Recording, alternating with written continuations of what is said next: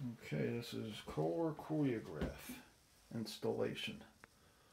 Not yet though. I had to reframe a lot of walls. They were so far out of plumb. Reframe this front wall where the shower valve are and the shower head. Yeah, I cut this. This is the plaster ground. I'm going to put green board here. We have all shark bites here. Talk about that for a minute. When I consider doing this type of work part-time, I researched all the different tools, Uponor, different crimp rings, and then I came to the conclusion I can solder copper, it's no problem, but PEX is the way to go. And I'm making transitions and saying I'll just use all shark bites. Was able to go online, bought them in bulk, and they get them for less than $5 from Supply House for one of these, somewhere in the $4.50 range for bulk for half-inch shark bites. And while we're on that subject, Matt Reisinger just did a video on these, cut them in half, showed you how they worked, and said he don't know about the O-rings. They've only been out for 15 years. I think for somebody just doing this part-time, they're great. We're doing a repair. No tools, no crimp rings, no fittings. This is polybutylene. This is 30-some-year-old polybutylene in these units. These are multiple unit condominiums in the Northeast. We have had some problems with leaking over the years, but I believe most of that's been from freeze-thaw cycles where the units aren't occupied and they don't have the heat on or don't have it high enough, and it stretches the crimp rings. They're plastic fittings on the old 30-year-old system with metal crimp rings. I think they may be copper, I don't know, but they're definitely plastic fittings with a crimp ring. And when we find them, we cut up a ceiling where there's a leak, they'll be dripping. Sometimes fast, sometimes slow. And then we usually use a shark bite to fix it. I haven't had any problems over the last 10 years with that. This is a transition, polybutylene to PEX. This fitting, they do make a fitting for transition. Just found out recently. I don't know what the difference is though.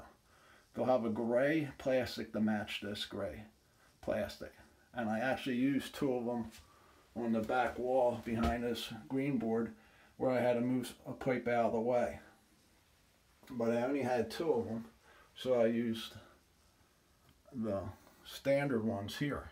And we've used them in the past and they always work. Somebody knows what the difference is in the transition from polybutylene to PEX fitting, let me know. And I may buy two more and change these out just for peace of mind. And how would I do that? Shut the water off, depressure it, take the removal tool, pop these off, and put the two new ones on. That's what's great about the shark bites. And also in the research I did recently on the shark bite website, they're going to come out with a new one called Evo Pro, Evo PEX, and it's going to be geared towards production, new construction. Not going to be removable. It's going to seal on the inside of the pipe. The O-ring's going to slide inside the pipe. So not removable, but it's going to be mostly plastic. They're going to reduce the cost. There are going to be 4 little windows here. When you push the pipe in, it's going to push a green washer back, and you're going to be able to see that green. And then you know you don't have to mark the pipe or anything. That's going to be interesting to see if they take off. Anybody knows anything about them, put it in the comments. They're going to be geared towards mass production builders. So we'll see if all these plumbers throw out all their crimp rings, all their crimp tools, expanding tools, fittings, and start buying those. That's going to be interesting. So back to the choreograph.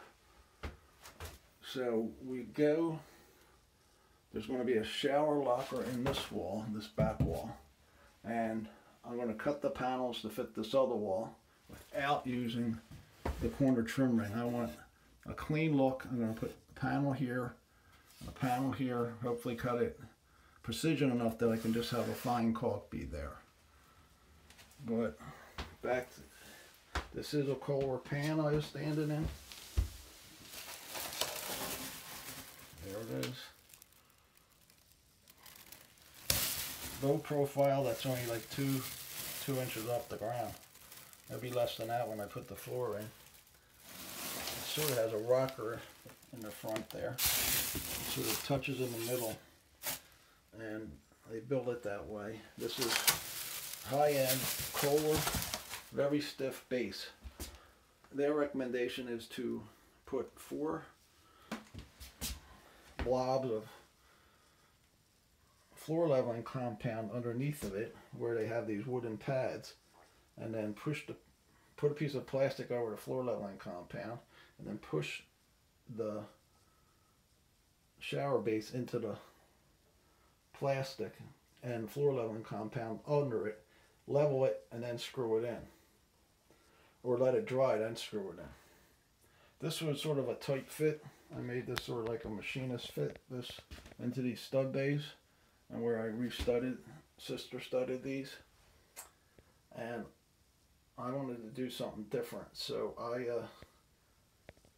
used spray foam. I took a regular triple expanding spray foam can, and then was able to level this with a pry bar in the back here, right here, level it and screw it in, and have it level both ways, screw it into the studs, and then fill the voids under here with spray foam. Show me that. Like the mirror. Yeah, there's some of it.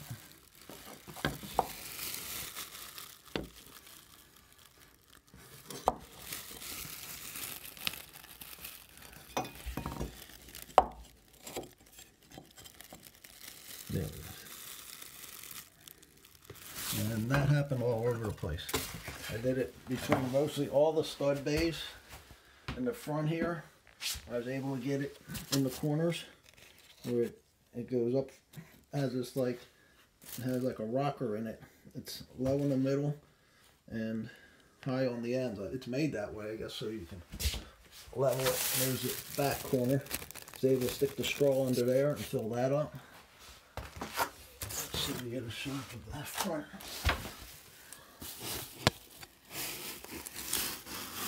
There it is.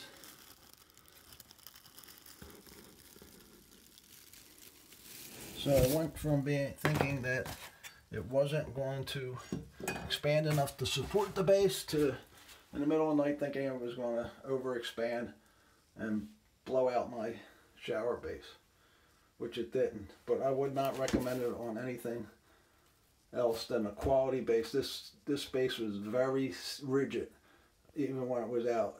As soon as it came out of the box, it's very rigid. So the foam cannot overpower it. I would not do that with a cheap base that has any flexibility to it. Then underneath there's a 11 by 11 square hole where the drain is in the floor. And I was able to go in the crawl space, with the crawl space under here, and stick the foam and fill that space too. This shower base gets a cover that goes over the drain, which I think is nice, so you're not standing in the drain water. It's a cover and it comes out. It goes into that void there. Covers the drain. So that's about it till we cut the panels. Alright, thanks for watching.